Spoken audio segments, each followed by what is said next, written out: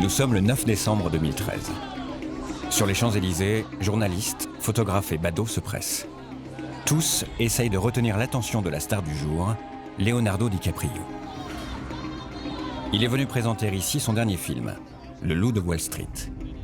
Il y incarne un de ses rôles les plus marquants, l'histoire inimaginable d'un trader qui devient riche à millions à seulement 27 ans.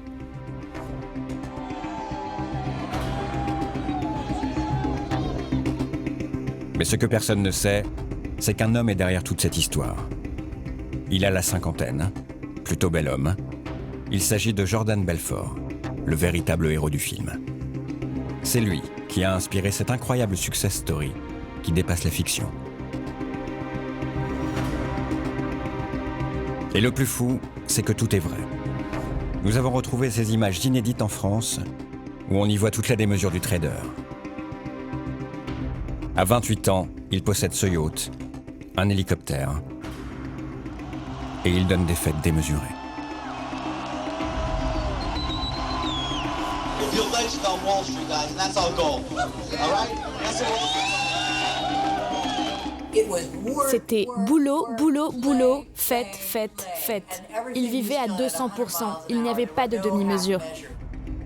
Dans les années 90, Jordan Belfort incarne la réussite américaine dans tous ses excès. Sexe, drogue et dollars à gogo. Dès que je le voyais, il était perché. Il était toujours sous drogue. C'était fou. La dernière fois que je l'ai vu, ses yeux sortaient de la tête. Il était toujours sous drogue. Jordan Belfort, c'est un peu le fabuleux destin d'un New-Yorkais issu d'un milieu modeste, qui va réussir à gagner des centaines de millions de dollars sans avoir passé le moindre diplôme, avec pour seule arme un charisme hors du commun. Il vendrait des parapluies dans le désert, ce type. Et ça, c'est un don, c'est un talent, il est né avec. Il était un dieu de la vente. Le loup de Wall Street, quoi.